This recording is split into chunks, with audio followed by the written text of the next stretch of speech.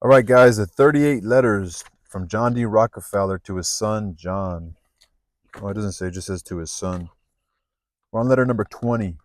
It's actually not that long comparatively to some other ones. Take risks to make use of opportunities. The higher the risk, the greater the return. November 2nd, 1936. Dear John. He's pretty old at this time, I think, because there's some letters he was writing to his boy. Maybe his boy was a boy. Like, there's some letter from 1889, I think. This is 1936. So this letter 20, take risks to make use of opportunities. The higher the risk, the greater the return. November 2nd, 1936. Dear John. Tomorrow, or perhaps before tomorrow, there will be a person who will live a rich life. It was reported in the newspaper that his name is David Morris, who has the same last name as Mr. Robert Morris. David Morris was the financial director during the American Revolution and the Prince of Commerce in Philadelphia. So David Morris was the financial director during the American Revolution and the Prince of Commerce in Philadelphia, and recently had a streak of good luck at the casino and won a lot of money. He also said that he was a master at the casino, and at the same time he posted a life motto of a gambler. Only by curiosity can he discover opportunities, and by taking risks can he make use of them. So that was, I guess, David Morris's motto, his motto of a gambler. Only by curiosity can he discover opportunities, and by taking risks can he make use of them.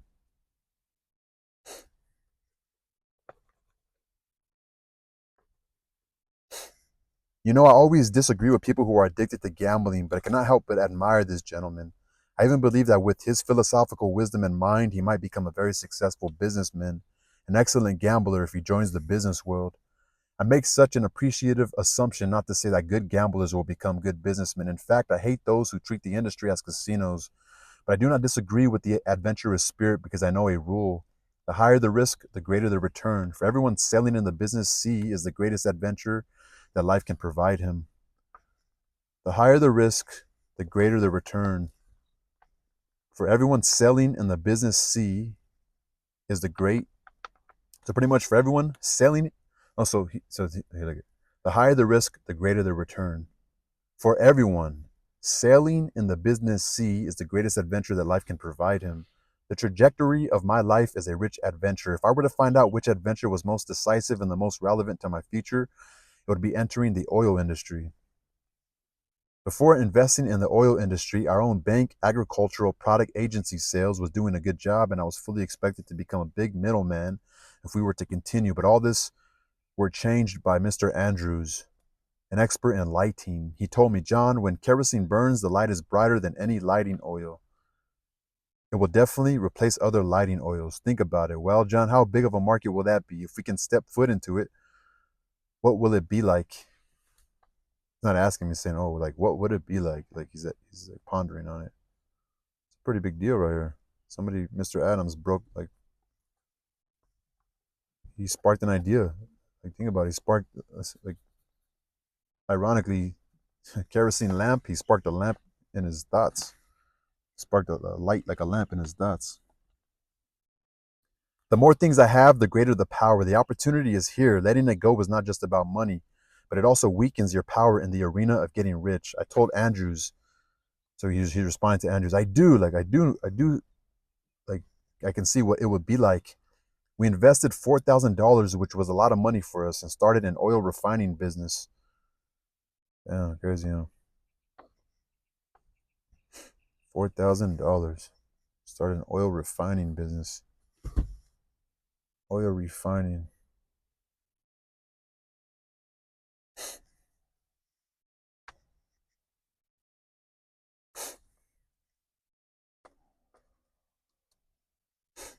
When the money is invested, I did not think about failure. Although at that time, while oil made many millionaires, it also turned more people into paupers, like beggars and people on the street. I plunged into the oil refining industry and worked hard. In less than a year, oil refining earned us more profits than agricultural products and became the company's largest business.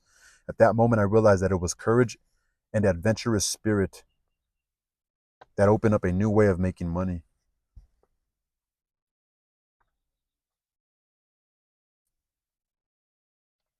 that it was courage and an adventurous spirit that opened up a new way of making money. At that time, no industry was able to get rich overnight like the oil industry. Such a prospect stimulated my desire to make big money, and it also allowed me to see the long awaited opportunity to make big plans. I warned myself, you must hold on to it. It can bring you your dreams. So, such a prospect stimulated my desire to make big money, and it also allowed me to see the long awaited opportunity to make big plans. I warned myself, you must hold on to it. It can bring you your dreams. But then I aggressively expanded the business strategy of the oil industry and irritated my partner, Mr. Clark.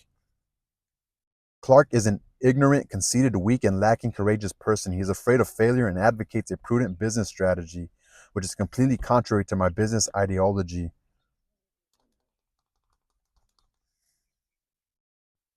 In my eyes, money is like dung. If you scatter it around, you can do a lot of things, but if you hide it, it will be just an unbearable, foul smelling asset. Clark is not a good businessman. He does not know the true value of money. Money is like dung. If you scatter it around, you can do a lot of things, but if you hide it, it will be just an unbearable, foul smelling asset.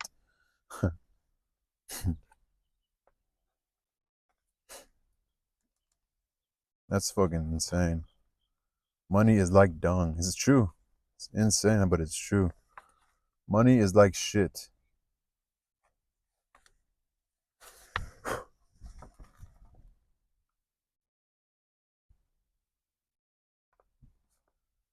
J.D. Rockefeller. I think his son David ended up becoming a piece of shit, supposedly. There's a rumor that he was like fucking having sex with little girls. When we are indifferent to important things, our lives will come to an end. Clark has become a stumbling block on my road to success, and I must kick him away and break up with him. I must and break up within him. This is an important moment. To win, you must understand the value of risk.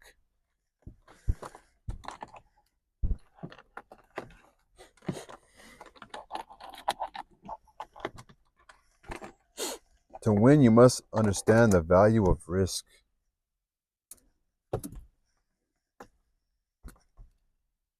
Going through these pencils quick, man. To win, you must understand the value of risk. And you must have your own vision of creating luck. For me, breaking up with Mr. Clark is undoubtedly a risky adventure. Before I decide to throw everything into the oil industry, I must be sure that oil will not disappear. At that time, many people believed that oil was a blooming epiphany, which was difficult to last. I certainly hope that the oil source will not be exhausted, as once there was no oil source, those investments will be worthless and my fate may be worse than that of gamblers in the casino. But the information I received made me optimistic that the oil source will not disappear. Hence, it is time to break up. That's fascinating. That's years ago. Look at the oil. Before the announcement to Mr. Clark, I first pulled Mr. Andrews over in private. I said to him, we are going to be lucky. There is a sum of money waiting for us, and that is a large sum of money. I want to terminate my relationship with the Clark brothers. If I buy their shares, will you be in with me? Andrews did not let me down. A few days later, I got even more support from the banks.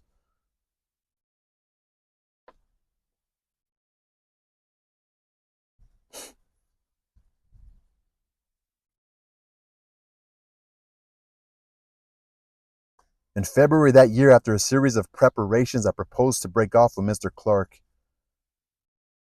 Although he was reluctant, I have decided. Finally, we all agreed to auction the company to the buyer with the highest price. To this day, when I think of the auction scene, I feel very excited. It feels like gambling in a casino, which is thrilling and made me completely focused on it. It was a good bet. What I bet with is money, but what I gamble with is my life.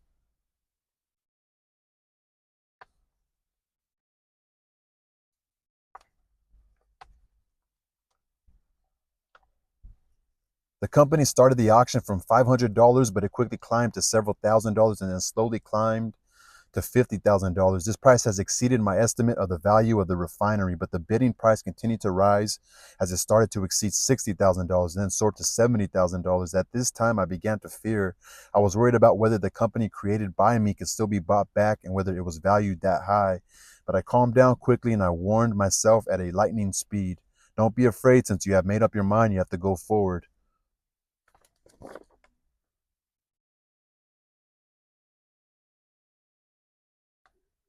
The competitor offered $72,000 and I did not hesitate to offer $72,500.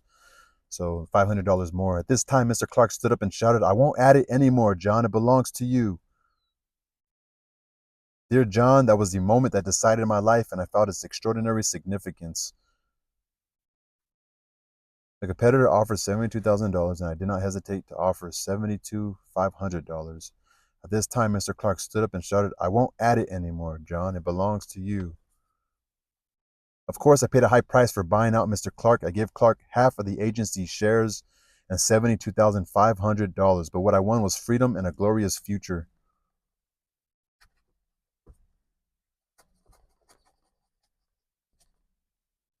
I became my own master, my own employer, and I no longer had to worry about those short-sighted, mediocre people blocking my way. Short-sighted, mediocre people blocking my way.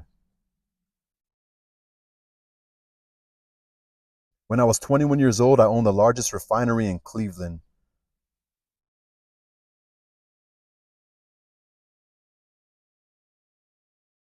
Today, thinking about it, this guy who consumes 500 barrels of crude oil a day was undoubtedly the weapon that brought me to the path of hegemony and allowed me to conquer the oil kingdom. When I was 21 years old, I owned the largest refinery in Cleveland, sorry.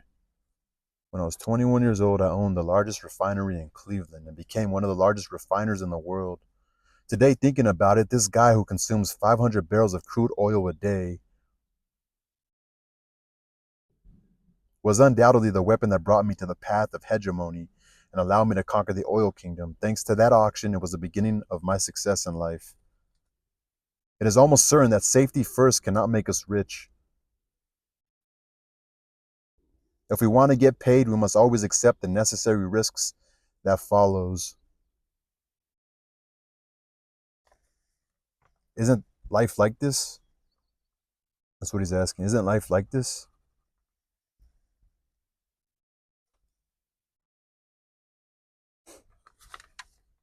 There is no such thing as maintaining the status quo. If you do not advance, you will retreat. It is that simple. In my aspect, being cautious is not the perfect way to succeed. No matter what we do or even our lives, we must choose between taking risks and being cautious. I think it means taking risks and being cautious. And sometimes the chance of winning by taking risks is much greater than by being cautious.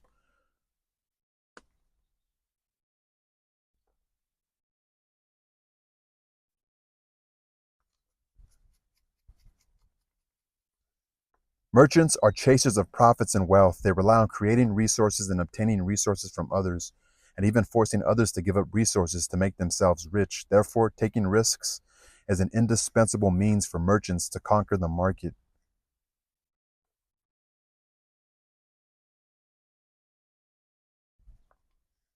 If you want to know the tricks that are risky but does not incur failure, you only need to remember one sentence: plan boldly and implement carefully. Plan boldly and implement carefully. Love your father. There was a father that cared about his kid enough to write to him.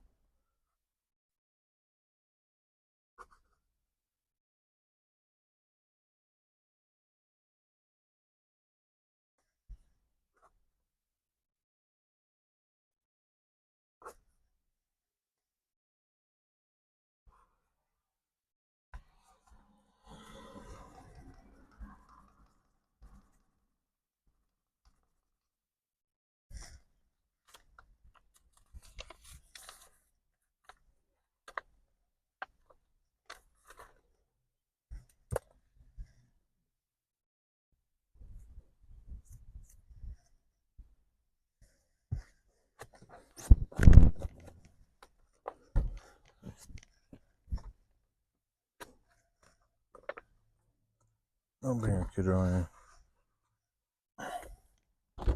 Oh shit.